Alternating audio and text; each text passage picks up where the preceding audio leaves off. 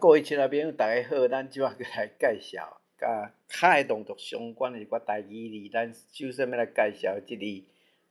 个读做苦，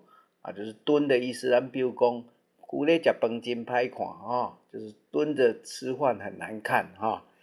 过来下骹要介绍即个读做咧，就是摩擦，两种东西相互接触，来回擦动。咱譬如讲，新鞋礪破皮就是新的鞋子刚穿的时候，容易跟皮肤产生摩擦而造成破皮搁过来这里要来介绍这里读做踮，就是为了不发出声音而踮着脚走。咱比如讲踮脚行就是踮脚轻声地走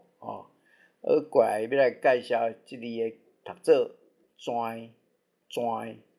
就是扭的意思。咱比如讲头跩咧就走，就是头一扭就走掉因为它还有比喻那个骄横自大比如讲跩来跩去就是扭来扭去。另外它还有扭伤的意思。咱比如讲手骨跩著，就是手扭到了好，咱个下面要来介绍这里读做tsáin，或者是kiânn，就是单脚跳着行走。咱比如讲tshíng-kha-ke或者tsin-kha-ke都可以就是跳王子、跳格子的意思好，多谢各位。